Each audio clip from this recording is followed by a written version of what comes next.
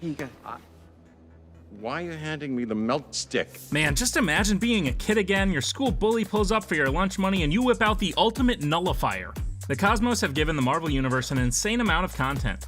From new worlds to new alien species, and of course, new things that go boom. From sticks imbued with godlike power to the actual power of the gods.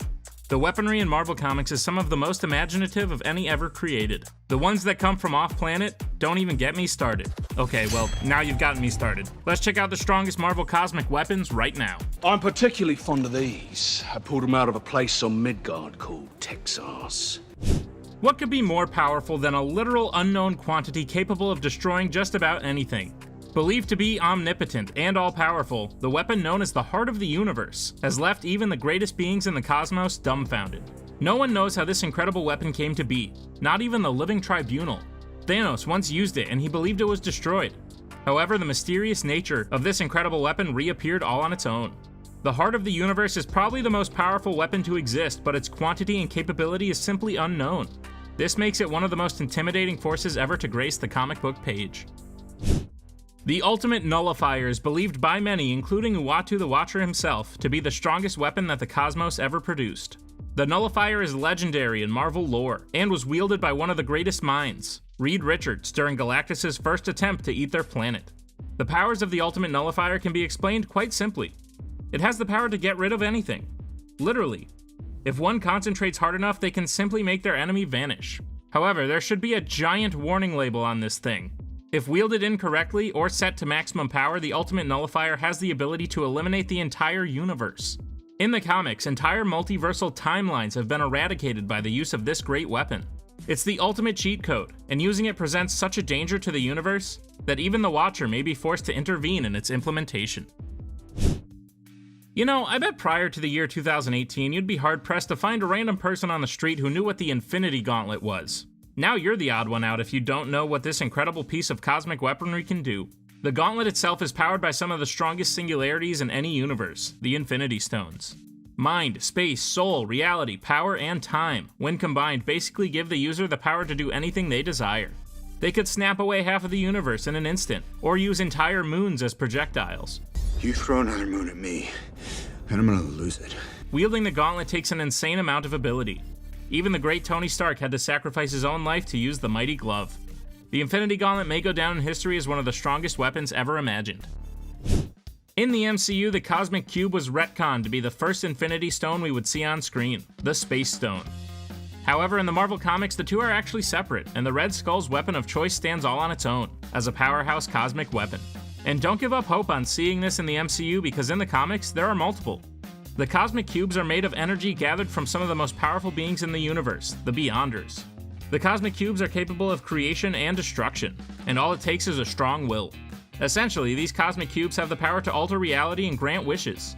They're basically magic genies and lamps without all the obnoxious technicalities, and just imagine what a magic genie in the hands of someone like the Red Skull can do. The Necro Sword is one of the coolest artifacts to come out of the billion-year history of Marvel's symbiotes. That's right, Venom and Carnage are just the tip of the iceberg. The symbiote god Null formed this venom-like blade and imbued it with celestial energy.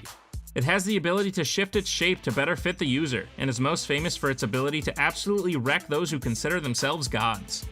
While the Necrosword has been doing damage for centuries, its most famous wielder is likely Gorr, who matter-of-factly earned the name the God Butcher with this trusty sword in hand. Gorr has used the Necrosword to destroy Celestials, as well as 3 different versions of Thor at once. Who knows, maybe some Love and Thunder will give us a little Necrosword action sooner than we had imagined. Nothing screams uncontrollable power like the Book of the Damned. The Darkhold was an ancient text that collected spells of the darkest nature. Tapping into the magic of the elder god Chthon, this artifact from another world gives the reader an unbelievable amount of magical ability. However, let's just say the user needs to be able to read. The text would likely serve as great historical memorabilia for the likes of Tony Stark or Steve Rogers, but in the hands of a master sorcerer, or witch. I'm not a witch. I don't cast spells. No one taught me magic. The Darkhold can be one of the most dangerous objects in the cosmos. Recently seen wielded by Agatha Harkness in the MCU, it gave her incredibly dark powers, allowing her to drain the magic of any other mystic being. However, she foolishly let it get into the hands of the Scarlet Witch. It's okay though, because Wanda has a recent track record of nothing but responsibility and rational decision making, so I'm sure the Darkhold's in great hands. If anything starts with the word Odin, you should probably be afraid of it. The Odin Sword is said to be the most powerful Asgardian artifact in the great pantheon of cosmic weaponry. This is really saying something, since the likes of Mjolnir and Stormbreaker have similar origins. Like many dramatic Asgardian tales, this sword imbued with the power of Odin himself was said to be able to cause the end of the universe simply by wielding it. Well, that proved not to be the case, as certain Celestials laughed at what they probably thought was a toothpick. The Odin Sword definitely deals a heavy blow. It can summon the Bifrost, go toe-to-toe with any other handheld weapon, and most importantly, its true name may sound familiar. We know it as the Odin Sword, though its true and fitting name is Ragnarok. It should be abundantly clear by now that Asgard over its eternal existence has perfected production of devastating cosmic weapons. Another weapon wielded by the God of Thunder, The God of Thunder! Stormbreaker, was a huge improvement on Mjolnir in many ways. In the comics, Stormbreaker is a special hammer made for Beta Ray Bill, imbuing him with the power of Thor after he proved himself worthy. In the MCU, Stormbreaker became Thor's newest axe to replace the destroyed Mjolnir when he needed the type of weapon to kill a Titan. Not only does Stormbreaker give Thor the ability to fly more smoothly, as well as pack an extra punch in each swing, but Stormbreaker, unlike Mjolnir, has the unique ability to summon the Bifrost. So not only is this axe great at opening beer bottles, but it can also teleport the user across the entire cosmos in the blink of an eye. I think the Tactagon is my new favorite weapon that I just learned about today. It's maybe one of the most underestimated and powerful weapons in the universe, and its concept is so simple. Any one person likely has a weakness. The unique powers of the Tactagon alien weapon is that it can determine the weakness of any opponent, and then transform itself into the perfect weapon to exploit that weakness. And I do mean anything. It could transform into a giant machine gun, maybe a picture of Scarlett Johansson if you're fighting the Hulk, or even a feather if Thanos is really ticklish or something. It's one of the most versatile comic weapons that you probably didn't know existed before today. The Silver Surfer's board is made of almost pure cosmic energy, meaning it's one of the most powerful forces in the universe. It turns the rider into an all-powerful godlike being. Norrin Radd, the Silver Surfer, is a powerless gray alien until he is united with his board, which allows him to fly past the speed of light, deal out concussive blasts of pure energy, and also absorb any attack to be redistributed later. Dr. Doom was able to commandeer the board, showing that anyone is capable of harnessing its destructive power. There are definitely many weapons on this list to choose from, but all of them look a whole heck of a lot cooler while mounted aboard a shiny silver surfboard. The thing even defeated Galactus, or whatever that cloud thing was that almost ate the Earth. The god and or demon, depending on who you ask, Cyttorak is definitely what you would call a complex character. However, like him or hate him, you can't deny that his power is astonishing. Long ago, he was banished to the Crimson Cosmos, cursed to be trapped inside a red gem. This gem has been used by a number of Marvel characters and given them incredible power. Doctor Strange frequently uses the powers of the gem, especially the Crimson Bands of Cyttorak. However, this incredible artifact doesn't just power heroes, as it created one of the most understatedly powerful villains to exist. The brother of Charles Xavier found this gem in a cave, and it gave him the power of being unstoppable. That's right, the Crimson Gem of Cyttorak is the reason Deadpool's favorite character, the Juggernaut, exists. Thor's mighty hammer is one of the greatest weapons ever created in the vast cosmos. Forged in the heart of a dying star, Mjolnir is one of the trustiest weapons to have at your side, if only you were able to wield it. You're all not worthy. Only those deemed worthy by a magic spell are able to lift the hammer, but the ones that are get a pretty great surprise in return. Not only is Mjolnir good for hitting stuff, but it also gives you the powers of Thor. This includes his super strength, his ability to fly, and his manipulation of lightning. Wielding it gives the users like Captain America and Jane Foster a godlike power that is hard to match. In the MCU alone, Thor has destroyed entire countries, defeated dragons and the Destroyer. Captain America has taken on Thanos one-on-one, all with the mighty Mjolnir. In the comics, the special hammer has been wrecking Thor's enemies for decades. The Ten Rings seemed extremely powerful in the MCU, and the end of Shang-Chi shows that there still may be more to come from these pieces of McLuhan tech. However, longtime comic fans know that the Ten Rings were essentially nerfed from their capabilities on the comic page. These pieces of ancient technology gave the Mandarin incredible power, as each individual ring possessed unique abilities, from matter transmutation, mind control, disintegration, strength, and at least 6 others. With them, the Mandarin was able to live an extremely long life, and conquer just about every land he set his sights on. Like we saw, the MCU basically made them just really great things to hit people with, but I hope the mythology of these rings are explored further, given that they're some of the most powerful artifacts to come from the universe.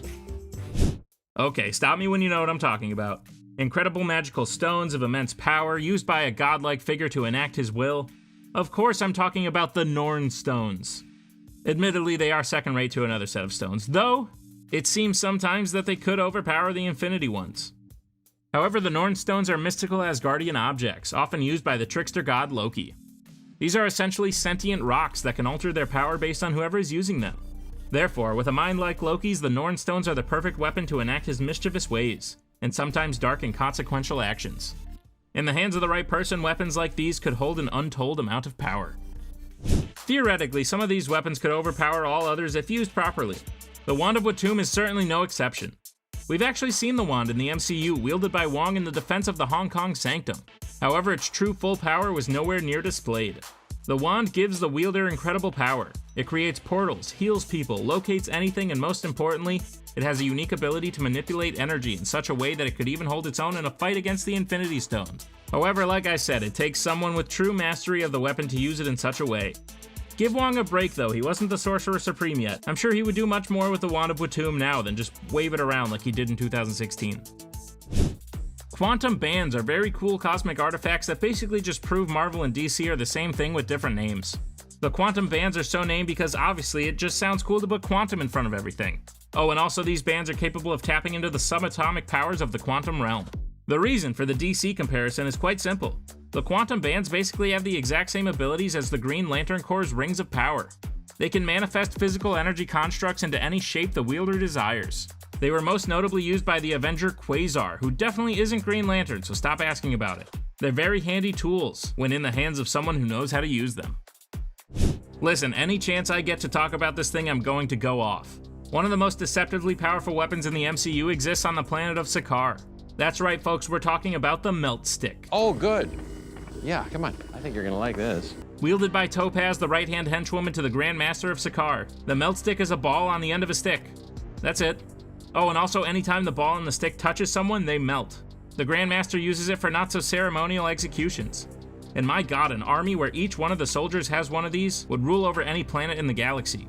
Not too sure what kind of technology the Melt Stick is made out of, but I have no idea why the weapon makers of the MCU haven't been trying to harness that stuff. There's a lot of crazy weapons on this list, but I likely choose the Melt Stick every time. The Staff of One is a unique little magical artifact passed down through generations of the Minoru family. It is most notably wielded by Nico Minoru of the Runaways. The Staff of One uses blood magic to do its bidding. The wielder of the staff can essentially use it to do whatever their imagination comes up with. Because of its blood magic ties, the power of the Staff of One increases with the amount of bloodshed of the user. It can do almost anything, but it comes with a slightly annoying caveat. Each user can only do a certain action with it once, and then it will never work again. Imagine teleporting yourself to Mars just to check it out and then find out you can't use that spell again. You'd have to conjure some kind of space Uber. This one definitely requires a creative mind. The Cosmic Control Rod is an extremely powerful artifact, but oh boy is there a catch. Wielded by the leader Annihilus, it is said that the Cosmic Control Rod has the power to beat even an Infinity Stone. It gives the wielder such unbelievable strength that no one dares cross them. This is how Annihilus is able to rule over the negative zone so well. However, that catch I mentioned, the Cosmic Control Rod only works in the negative zone, and in any other dimension it's basically useless. You might as well just grab a tree branch. Plus it's the negative zone. Do you really need a magic stick to make you look around and say, actually, I think I'll go somewhere else, thanks, have a nice day. Marvel's The Avengers showed us the first taste of power the cosmos had to offer in the form of Loki and the Chitauri. The Chitauri were an alien army with incredibly powerful weapons, but one of their most useful was the Chitauri Energy Core. I imagine it's the arc reactor of wherever the Chitauri come from. Hey, it's like the glowy thing. That glowy thing is an explosive Chitauri energy core. The Chitauri Core is what powered all of their weapons during the invasion of New York, including blasters and flying leviathans. The Vulture and his crew were also seen later using Chitauri cores to power the Vulture suit, as well as several other gadgets invented by Phineas Mason, the Tinkerer. Also, in a pinch, if you have an X-ray handy, the Chitauri core can serve as a handy-dandy grenade. Fun fact, apparently they exist in the Sonyverse too. Michael Keaton was not there for long, but he had another one of those flying machines up and running pretty quick. Even with all the exploring Marvel heroes have done, the vastness of the cosmos definitely has some more surprises up their sleeves. Which cosmic weapons do you think are the strongest, and who is worthy enough to wield them?